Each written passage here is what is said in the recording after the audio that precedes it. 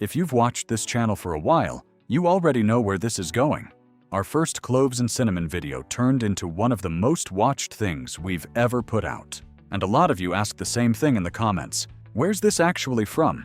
Is this backed by real studies or just internet claims? Fair question. So today we're doubling down, same pairing, same habit, but a tighter, cleaner explanation of why it actually works, without the fluff. Most people keep cinnamon in the spice rack for lattes and cloves in the back of the cabinet. Honestly, nobody's totally sure why they own cloves. Quick question, drop your answer in the comments. Have you ever actually made a hot drink out of cloves and cinnamon together? Or does that sound like something your grandmother would drink? Because it turns out your grandmother was onto something, and the researchers who've spent years studying these two ingredients are starting to agree with her. So today, we're looking at what actually happens when you combine cloves and cinnamon in warm water and turn it into a regular morning habit. Not miracle claims, just what the research actually says, explained simply. Let's get into it. Number 1. 2 of the most studied antioxidants on Earth, in the same cup.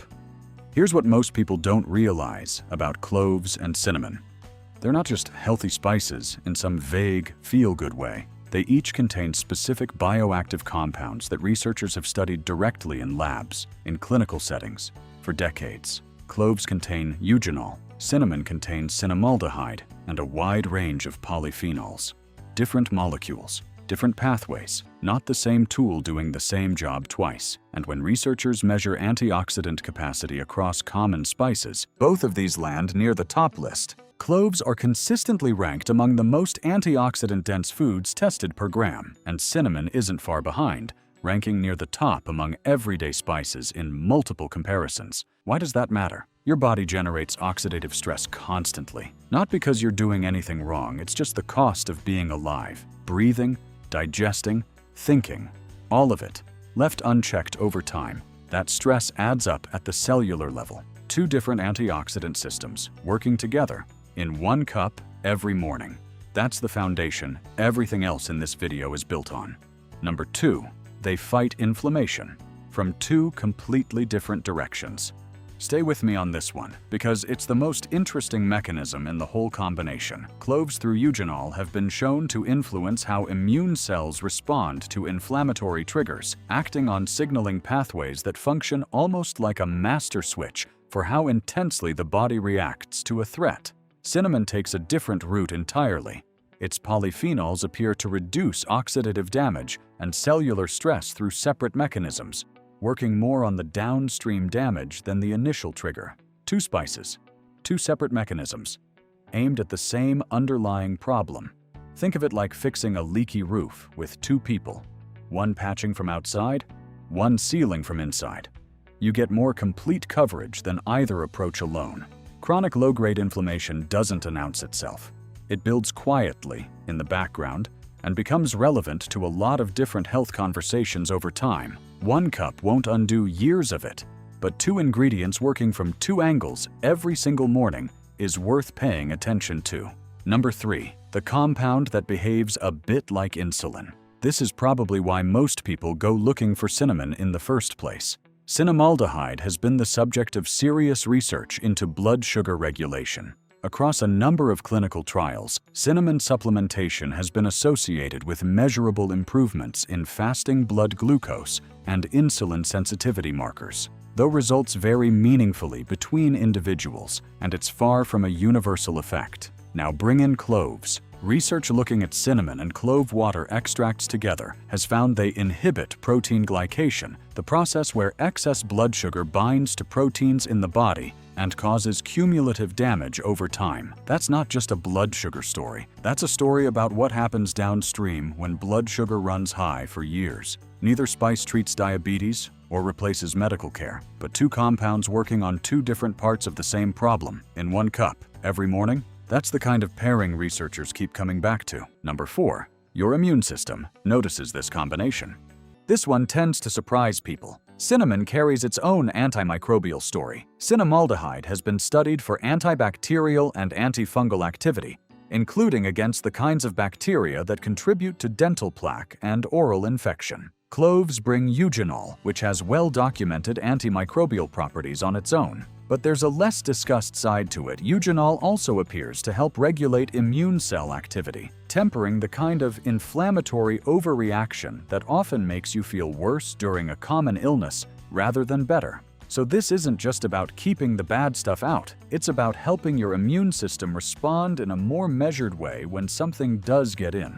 There's also a timing angle worth mentioning. Most people only reach for spices like this after they're already sick.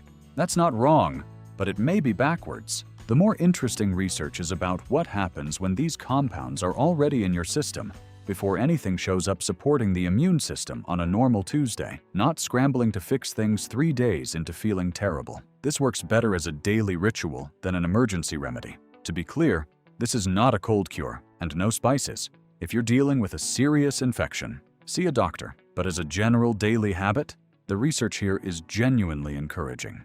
Number 5. Your gut has been waiting for this ask.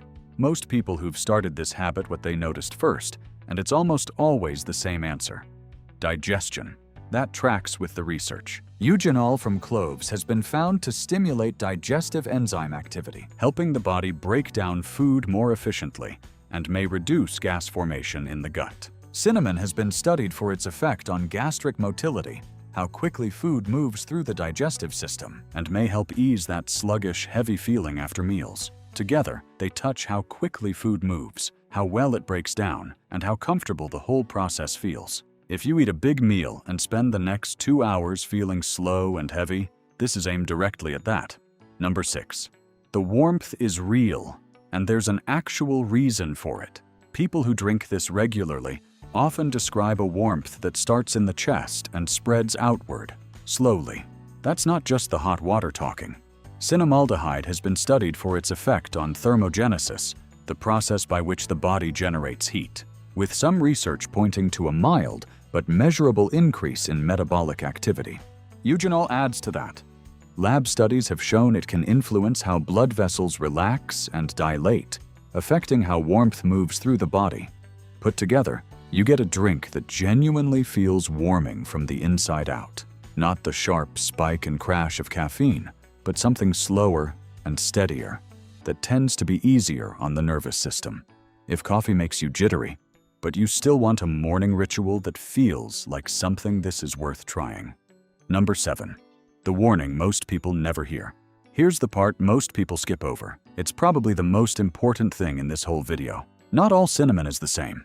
The kind sitting in most kitchen cabinets is cassia cinnamon, and it contains a compound called coumarin. Consumed regularly in larger amounts over time, coumarin can stress the liver. Regulatory bodies in Europe set a tolerable daily intake for coumarin, and a single teaspoon of cassia cinnamon can contain enough coumarin to approach or exceed that limit from 1 daily cup alone, depending on body weight. Occasional use isn't the concern. Daily use over months is. The fix is simple. Ceylon cinnamon, sometimes labeled true cinnamon, from Sri Lanka. It contains only trace amounts of coumarin, far below any level of concern, even with daily use. Small label difference. Significant difference over time.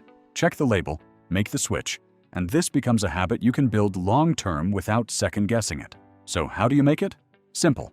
3 to 5 whole cloves, half a teaspoon of Ceylon cinnamon. Pour hot water over both just short of boiling, not a rolling boil, since heat-sensitive compounds like cinnamaldehyde can degrade with prolonged high heat.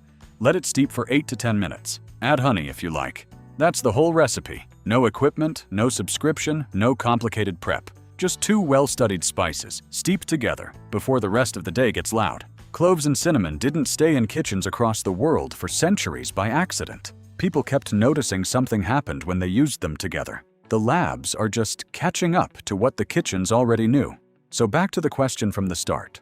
Have you tried this before? Tell us in the comments. And if this kind of calm, evidence-based content is useful to you, subscribe. We're here every week. See you in the next one.